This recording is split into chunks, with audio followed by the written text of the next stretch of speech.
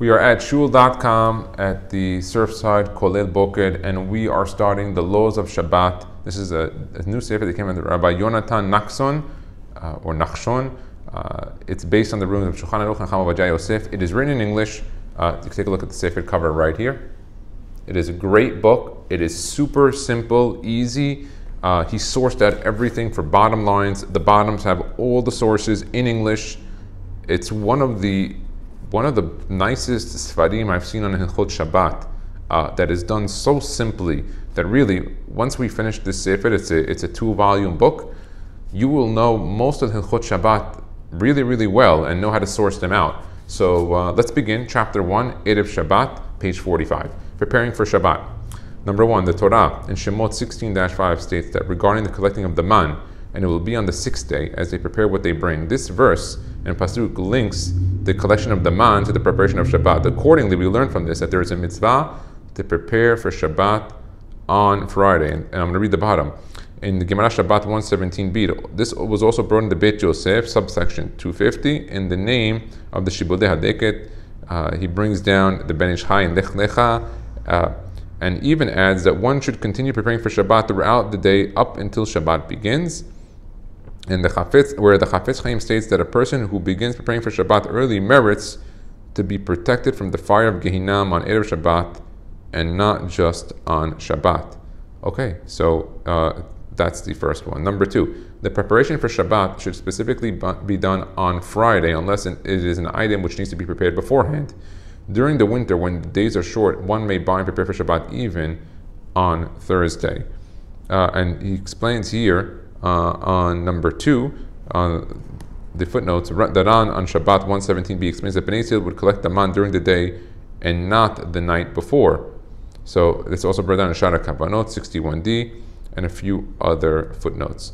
Number 3, one should not delay buying an item that may not be available on Friday if one does not buy it earlier in the week. So if a person is delaying to buy something on Friday for the sake of buying it on Erev Shabbat, but he might be out of luck of getting it, better to buy it earlier. Likewise, one does not have to buy an item specifically on Friday if one can buy it for a cheaper price earlier in the week.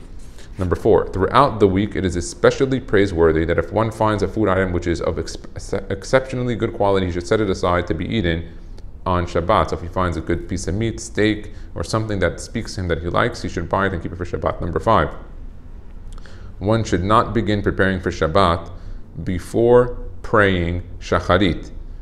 However, if one is afraid that if he waits until after Shacharit to buy what he needs, then there will not be anything left in the store, one should recite the Kiryat Shema, and then he may buy what he needs even before praying Shacharit.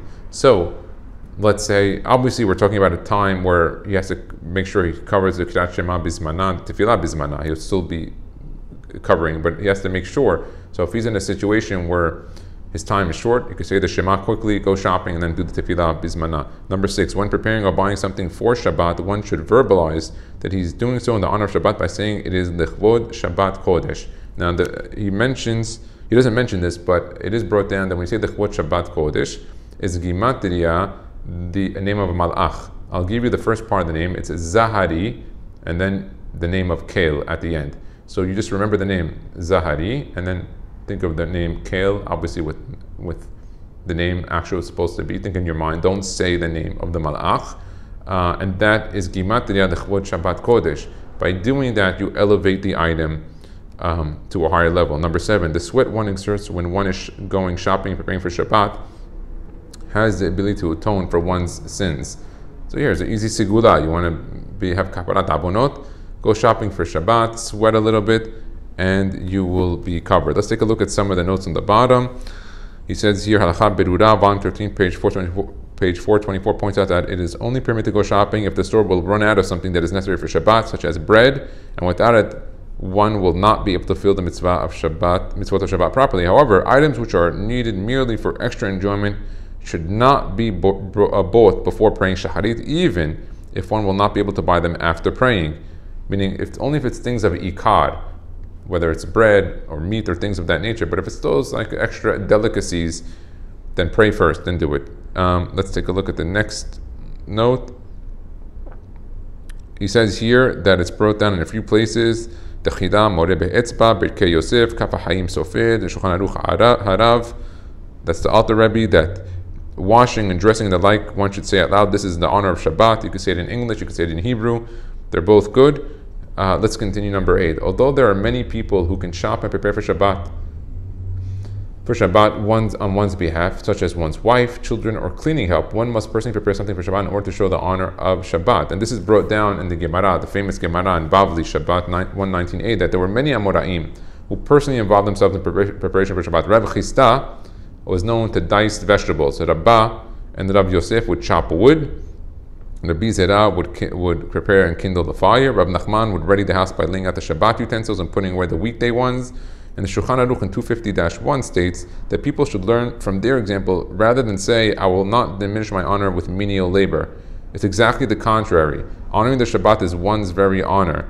And it's brought down the Bi'ur Halacha explains that the Shulchan Aruch is implying that even though it may seem that such menial work may be considered degrading to a Talmid Hacham, if he's going to go around brooming the floor for Shabbat in his house, he's a big rabbi, how's he going to do that? When the scholars engage in the mitzvah, he's not disgracing, but rather it is an honor, is honoring himself, and it's brought down in Hazon Avajah, Shabbat, and Halacha Birura.